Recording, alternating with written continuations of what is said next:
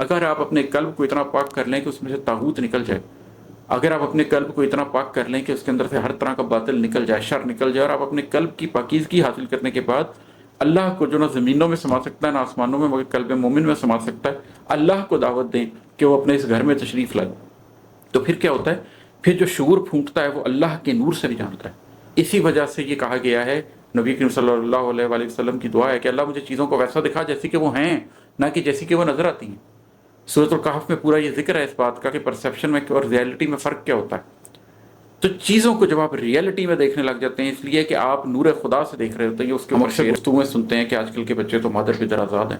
یہ پوری جو سویلائزیشن ایک پیدا ہو رہی ہے جو مادر پدر آزاد ہے، اس کا مطلب کیا ہے؟ اس کا مطلب یہ کہ ایک زمانے میں ماں باپ کی کوئی ویلیوز ہوتی تھیں اور وہ بچوں میں جاتی تھیں، خاندان کی کوئی ویلیوز ہوتی تھیں، آپ کا ایک ویلیو سیٹ ہوتا تھا، آپ کے خاندان کی کچھ اقدار ہوتی تھیں۔ لیکن اب تو ایک گلوبل سویلائزیشن ہے اور کچھ گلوبل اقدار ہیں جو سویلائزیشن نے کریٹ کر دی ہیں، اور وہ اقدار ہر بچے کے اندر جائی جا رہی ہیں، میڈیا کے تھرو، ایجوکیشن کے تھرو انڈوکٹرائن کیا جا رہا ہے آپ کو۔ بسم اللہ الرحمن الرحیم۔ ابھی میں آپ کے ساتھ اپنی ایک اور غزل ڈسکس کرتا ہوں، اس کے اشعار سناتا ہوں اور اس کے اوپر کچھ ہلکی پھلکی گفتگو کرتے ہیں۔ اس کا مطلب ہے کہ شعور حق بھی سینے میں، ظہور حق بھی سینے میں، شعور حق بھی سینے میں، ظہور حق بھی سینے میں، یہی بیداری قلبی مزہ دیتی ہے جینے میں۔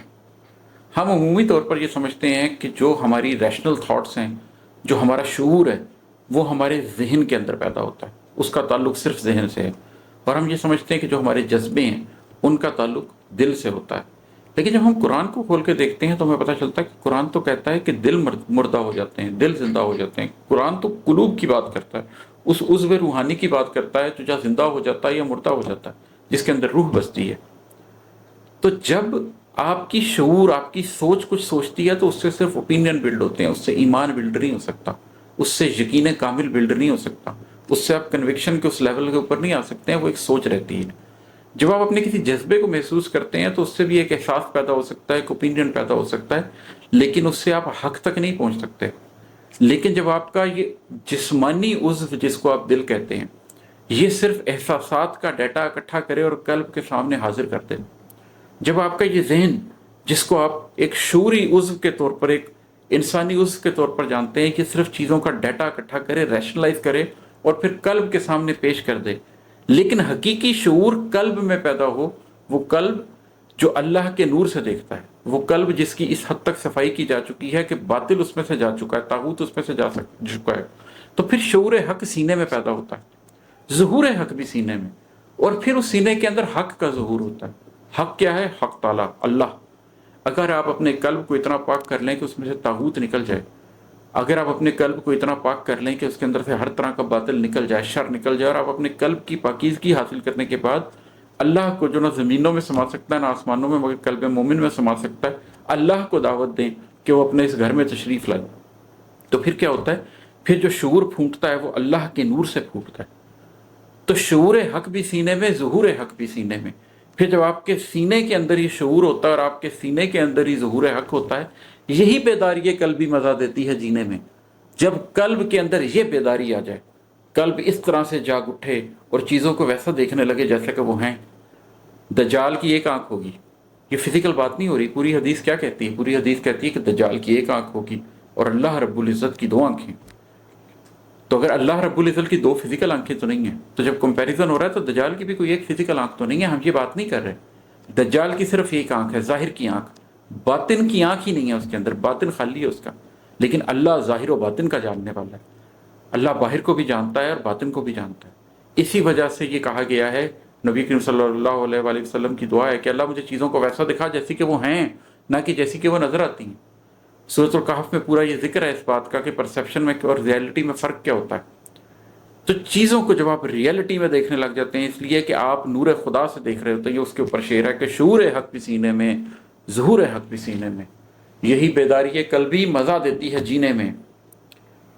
اور ہے کہ غم و اندوہ کے بادل تو چھٹ جائیں گے بالآخر، غم و اندوہ کے بادل تو چھٹ جائیں گے بالآخر، یقیناً ظرف پڑ جائے گا اپنے غم کو پینے میں۔ یہ جو آپ کا پیالہ ہے نا یہاں پر، یہ جب دنیا کے غم آتے ہیں، غم آتا ہے، غم و اندوہ کے بادل ہوتے ہیں، تو بادل نے آخر چھٹ ہی جانا ہوتا ہے، وہ جتنی دیر مرضی برسے، اس کا کام ہی یہ ہے کہ وہ برسنے کے بعد فضا کو صاف کر دے اور اس کے بعد سورج کی تیز روشنی آئے۔ اسی طرح یہ جو ہمارے قلوب ہیں، جو قدورتوں سے کالے ہو چکے ہوتے ہیں، جو اپنی حرکتوں سے کالے ہو چکے ہوتے ہیں، جو اپنے گناہوں سے کالے ہو چکے ہوتے ہیں، یہ غم و اندوہ کے بادل جب ان کے اوپر برستے ہیں تو اس کے نتیجے میں ان قلوب کی صفائی بھی ہوتی ہے، اور اس کے بعد کیا ہوتا ہے، آپ اپنے اس غم کو جب پیتے ہیں تو ظرف بڑھ جاتا ہے۔ جس شخص نے غم کو چکھا ہو، جس نے غم کی چاشنی محسوس کی ہو، اس شخص کے سینے میں ظرف پڑ جاتا ہے، اور جس کے سینے میں ظرف پڑ جاتا ہے وہ علم کے لیے تیار ہو جاتا ہے۔ ایک دم آپ کا سینہ وزڈم کے لیے نہیں کھل جاتا، پہلے آپ کے سینے کو صفائی کی ضرورت ہوتی ہے، اور یہ جو غم ہوتے ہیں، یہ غم کی جو بھٹی ہوتی ہے آگ میں جلا کے کندن کر دیتی ہے۔ آپ کو پتہ ہے پرانے زمانے میں چیزوں کو پاک کرنے کے لیے بھی جلایا جاتا تھا، جراحی کے لیے، سرجری کرنے کے لیے بھی آلات کو جلایا جاتا تھا تاکہ وہ ہر طرح کے بیکٹیریا سے پاک ہو جائیں۔ تو یہ جو آپ کا قلب ہے یہ بھی اسی طرح صاف ہوتا ہے۔ غم اور اندوہ میں جب اس کو تپش ملتی ہے، جب اس کو حدت ملتی ہے، تو اس سے آپ کے قلب کے اندر وہ ظرف پیدا ہوتا ہے کہ وہ کوئی بڑا کام کر سکے۔ اور ہے کہ ہے بے مادر پدر نسلوں کی کچھ میراث دفن اس میں، ہے بے مادر پدر نسلوں کی کچھ میراث دفن اس میں، گری دیوار تو لٹ جائے گا جو ہے دفینے میں۔ ہم اکثر گفتگو میں سنتے ہیں کہ آج کل کے بچے تو مادر پدر آزاد ہیں۔ یہ پوری جو سویلائزیشن ایک پیدا ہو رہی ہے جو مادر پدر آزاد ہے، اس کا مطلب کیا ہے؟ اس کا مطلب یہ ہے کہ ایک زمانے میں ماں باپ کی کوئی ویلیوز ہوتی تھیں اور وہ بچوں میں جاتی تھیں، خاندان کی کوئی ویلیوز ہوتی تھیں، آپ کا ایک ویلیو سیٹ ہوتا تھا، آپ کے خاندان کی کچھ اقدار ہوتی تھیں۔ لیکن اب تو ایک گلوبل سویلائزیشن ہے اور کچھ گلوبل اقدار ہیں جو سویلائزیشن نے کریٹ کر دی ہیں، اور وہ اقدار ہر بچے کے اندر جائی جا رہی ہیں، میڈیا کے تھرو، ایجوکیشن کے تھرو انڈوکٹرائن کیا جا رہا ہے آپ کو۔ فیکٹری ماڈل کے اوپر یاجوج ماجوج کے جیسی سوچ کے لوگ کریٹ کیے جا رہے ہیں۔ مسلمان یاجوج ماجوج بھی پیدا ہو رہا ہے، ہندو یاجوج ماجوج بھی پیدا ہو رہا ہے، کرسچن یاجوج ماجوج بھی پیدا ہو رہا ہے۔ یہ سب کون لوگ ہیں؟ یہ وہ لوگ ہیں جو میٹیریلزم کے پیچھے بھاگ کے، یاجوج ماجوج کے بارے میں ہم جانتے ہیں نا کہ جب وہ گزریں گے تو زمین کا سب پانی تک پی جائیں گے۔ یہ جو ایک کنزیومر کلاس پوری دنیا کے اندر پیدا ہو رہی ہے، یہی تو یاجوج ماجوج ہیں، اور یہ دنیا کے پھاٹکوں کے اوپر آ کر بیٹھ گئے ہیں۔ یہ جو ایسے میں جو ہماری بے مادر پدر نسلیں ہیں، یہ ساری کی ساری بھی برباد ہو رہی ہیں۔ اور اگر ان کی یہ میراث جو اس دیوار کے نیچے قید ہے، اگر یہ دیوار لٹ گئی تو یہ سارا کچھ ضائع ہو جائے گا۔ میری ایک نظم ہے دیوار، وہ ضرور سنیے گا، وہ پوری ہے ہی اس ٹاپک کے اوپر کہ گری دیوار تو لٹ جائے گا جو ہے دفینے میں، ہماری اقدار کا، ہماری اخلاقیات کا، ہماری کردار کا جو کچھ بھی ہے، وہ ایک ہماری تہذیبی دیوار کے نیچے ایک خزانہ دفن ہے، اور وہ دیوار گرنے والی ہے، اور اس کے نیچے ایک میراث ہے جو کہ لٹ جائے گی۔ ان میں بے مادر پدر نسلیں ہیں ہماری، ان کی جو بھی میراث ہے ختم ہو جائے گی، اور یہ اسی رخ پر چل پڑیں گے جس رخ پر پوسٹ ماڈرنزم انہیں لے کر جا رہا ہے۔ اور ایک شعر ہے کہ سماجی ہو، معاشی ہو، سیاسی ہو کہ ذاتی ہو، سماجی ہو، معاشی ہو، سیاسی ہو کہ ذاتی ہو، بدل جاتا ہے طرز زندگی لمبے شبینے میں۔ اگر آپ کی ذات اکیلے آپ ایک لمبے شبینے میں زندگی گزاریں، زندگی میں کچھ نہ کریں، ایک پیراسائٹ کی طرح کی زندگی گزارتے رہیں، وہ پنجابی میں ہم ایک ٹرم یوز کرتے ہیں کہ کچھ لوگ اپنی پوری زندگی منجی توڑتے ہوئے گزار دیتے ہیں۔ اس کا کیا مطلب ہوتا ہے؟ وہ لیٹے ہیں تو لیٹے ہیں، سو رہے ہیں تو سو رہے ہیں، ان کا کام ہے کہ اٹھیں گے وقت پہ، کھا لیں گے جانوروں کی طرح، پھر لیٹ جائیں گے، پھر سو جائیں گے۔ انہوں نے اپنی پوری زندگی میں کوئی بامقصد کام نہیں کیا ہوتا۔ ان کی زندگی میں دن رات تو آتے ہیں لیکن ان کی زندگی آگے نہیں گزرتی، وہ وہیں کھڑے رہتے ہیں جہاں 20 سال پہلے گزر رہے ہوتے ہیں۔ یہ ایک لمبا شبینہ ہوتا ہے، سورج نکلے یا سورج ڈوبے ان کی زندگی میں راحت ہی ہوتی ہے، ان کی زندگی کہیں نہیں گزرتی۔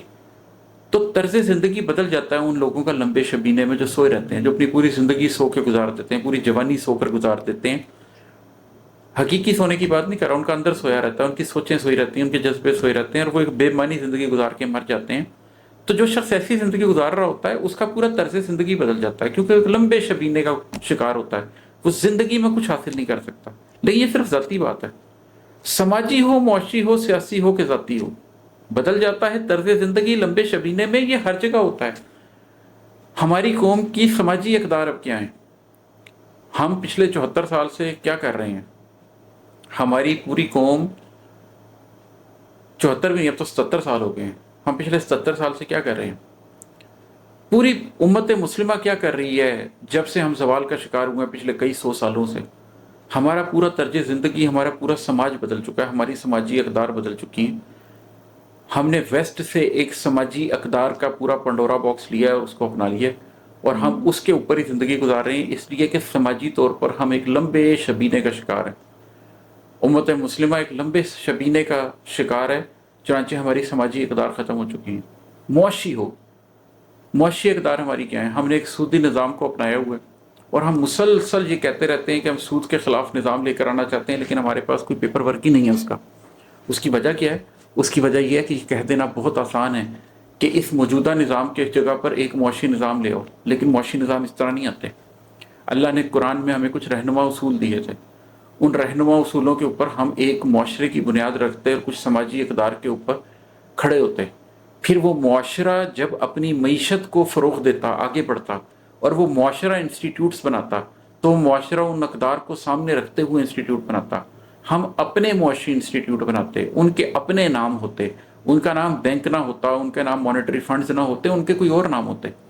ہم نے ان کو اپنی اقدار پر بنایا ہوتا، ہم نے ایسا کچھ بھی نہیں کیا، ہم سوئے رہے۔ حتیٰ کہ معاشرہ ایک پورا بنا دیا گیا، ویسٹ نے ایک پورا اکنامک سسٹم بنا دیا، پورا معاشی نظام بنا دیا۔ اب ہم بینک کے ساتھ اسلامی لگا کر اس کو اسلامی بینک کہنے کی کوشش کر رہے ہیں۔ ایسے اسلام نہیں نافذ ہوا کرتے۔ اسلام ایسے نافذ ہوتا ہے کہ پہلے آپ اپنی ذات پہ نافذ کرتے ہیں، پھر اپنے گھر پہ، پھر اپنے معاشرے پہ، اور پھر آپ ایک اکنامک سسٹم کی تشکیل کرتے ہیں۔ ہم نے وہ اسلامک سسٹم کی تشکیل کرنے کے لیے کچھ سو سال نہیں گزارے، دنیا آگے گزر گئی، ہم ایک لمبے شبینے میں پڑے رہے، اور اس لمبے شبینے کا نتیجہ کیا نکلا کہ اب ہم نے اس کو امبریس کر لیا۔ اب جو اس نظام کو پسند کرتا ہے وہ تو ویسے ہی پسند کرتا ہے، اور جو اس کو پسند نہیں بھی کرتا وہ صرف باتیں کرتا ہے کہ ہمیں معاشی نظام بدل دینا چاہیے، کوئی بلو پرنٹ ایگزسٹ نہیں کرتا۔ سیاسی ہو، سیاست میں کیا ہو رہا ہے؟ ہم نے کوئی سٹرکچر کھڑے ہی نہیں کیے، ہم نے کوئی سیاسی نظام کھڑے ہی نہیں کیے۔ جب ہمارے پاس قوت آئی تو ہم نے بادشاہتیں بنا لی۔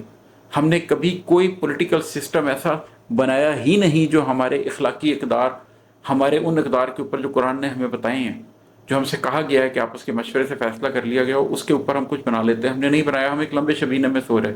حتیٰ کہ ویسٹ نے ہمیں یہ ڈیموکریٹک سسٹمز بنا کر دے دیے، یہ اسٹیٹ سسٹم بنا کے دے دیے، نیشن اسٹیٹ کا ایک پورا کانسیپٹ بنا کر دے دیا۔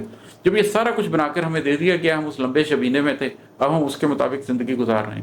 اس سب کا نتیجہ یہ ہے کہ اب ہم اپنی ذاتی حیثیت میں بھی، اب ہم اپنی سماجی حیثیت میں بھی، اب ہم اپنی معاشی حیثیت میں بھی، اب ہم اپنی سیاسی حیثیت میں بھی ایک لمبے شبینے کا شکار ہیں۔ ہمارا مکمل طرز زندگی بدل چکا ہے، اور میں یہ یقین نہیں رکھتا کہ یہ سارے کا سارا کام ہم صرف پیپر ورک سے، ہم صرف پیچ ورک سے چینج کر سکتے ہیں۔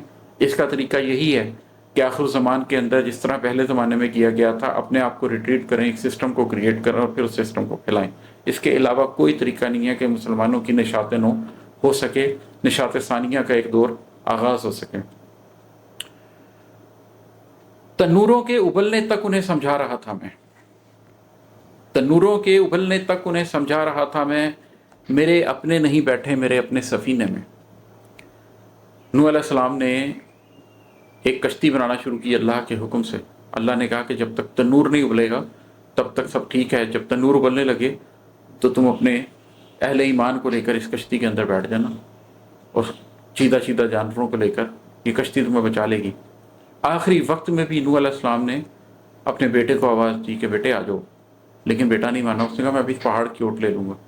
نوح علیہ السلام نے کہا آج کے دن اللہ کی رحمت سے کوئی بچانے والا نہیں ہے، اللہ کے عذاب سے کوئی بچانے والا نہیں ہے، اس کشتی میں آ جاؤ۔ لیکن اتنی دیر میں ہی ایک موج آئی اور اس بیٹے کو لے گئی اور وہ ڈوب گیا۔ سمجھانے والا یہی کام کر سکتا ہے، دعوت دینے والا یہی کام کر سکتا ہے۔ ابھی میں نے آپ کو پیچھے بہت سے اشعار سنائے ہیں، میں نے آپ کو بتایا ہے کہ لمبا شبینہ کس طریقے سے اختیار کر لیا گیا۔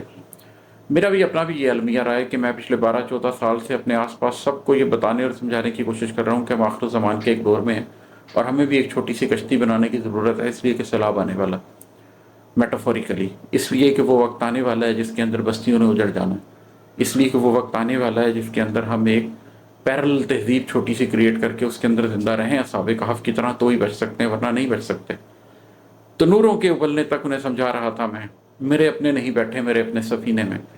مگر جو بھی میرے قریبی لوگ تھے، چاہے وہ میرے خون کے رشتے تھے یا چاہے وہ میرے جاننے والے تھے، آج تک کسی نے میری بات نہیں مانی، اور میرے اپنے سفینے میں جو ایک چھوٹی سی کشتی میں بنانے کی کوشش کر رہا ہوں، اس میں آج تک میرا اپنا بھی کوئی آ کر نہیں بیٹھا.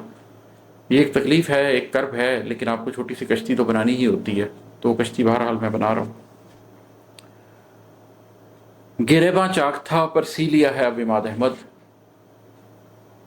گریباں چاک تھا پر سی لیا ہے اب اماد احمد، کہ ضبط حال لازم ہے حضوری کے کرینے میں. یہ تو پیچھے میں نے پوری بات بتائی ہے. اس پوری بات سے ایک دفعہ تو دامن چاک ہو گیا تھا، گریبان چاک ہو گیا تھا غم کے مارے، کیونکہ محنت بہت تھی ایک زندگی کو تشکیل کرنے کی جو آخر الزمان کو سامنے رکھتے ہوئے بنائی جائے. لیکن میرے اپنے گھر کے علاوہ، میرے بیوی بچوں کے علاوہ کوئی شخص میرے ساتھ اس کشتی میں بیٹھنے کے لیے تیار نہیں ہے. تو اس سے ایک دفعہ تو تکلیف کی کہ یہ حالت ہو گئی تھی کہ گریبان چاک ہونے والے حالات ہو گئے تھے میرے. لیکن پھر میں نے یہ جان لیا کہ جب آپ نے حضوری اختیار کرنی ہے تو نوح علیہ السلام کی سنت بھی تو یہی تھی کہ انہوں نے آخر میں اللہ سے کہا کہ اللہ میرا بیٹا، آخر وہ تو میری ذریت میں سے تھا. تو اللہ تعالیٰ نے کہا کہ اے نوح، آپ مجھ سے وہ سوال مت پوچھیے جس کے بارے میں آپ کو علم نہیں ہے، ورنہ آپ نادانوں میں ہو جائیں گے. تو نوح علیہ السلام نے اللہ تعالیٰ سے معافی مانگی اور اللہ تعالیٰ سے کہا کہ اللہ میں معافی چاہتا ہوں کہ میں تیرے سے اس بات کا سوال کروں جس کی حقیقت مجھے معلوم نہیں، اور میں سر تسلیم خم کرنے والوں میں سے ہوں، میں سب سے پہلے مسلمان ہونے والوں میں سے ہوں. تو اسی طرح مجھے یہ بات کا احساس ہو گیا کہ حضوری کے کرینے میں ضبط حال لازم ہے. کوئی بات آپ کی مانے یا نہ مانے، کوئی اس بات پہ یقین رکھے یا نہ رکھے کہ یہ آخر زمان ہے اور اس میں ایک چھوٹی سی کشتی بنانے کی ضرورت ہے، آپ کو ضبط حال کرنا ہی پڑے گا اگر آپ حضوری کے ساتھ اللہ کے سامنے پیش ہو رہے ہیں تو. اس لیے گریباں چاک تھا پر سی لیا ہے اب اماد احمد، کہ ضبط حال لازم ہے حضوری کے کرینے میں. جزاک اللہ.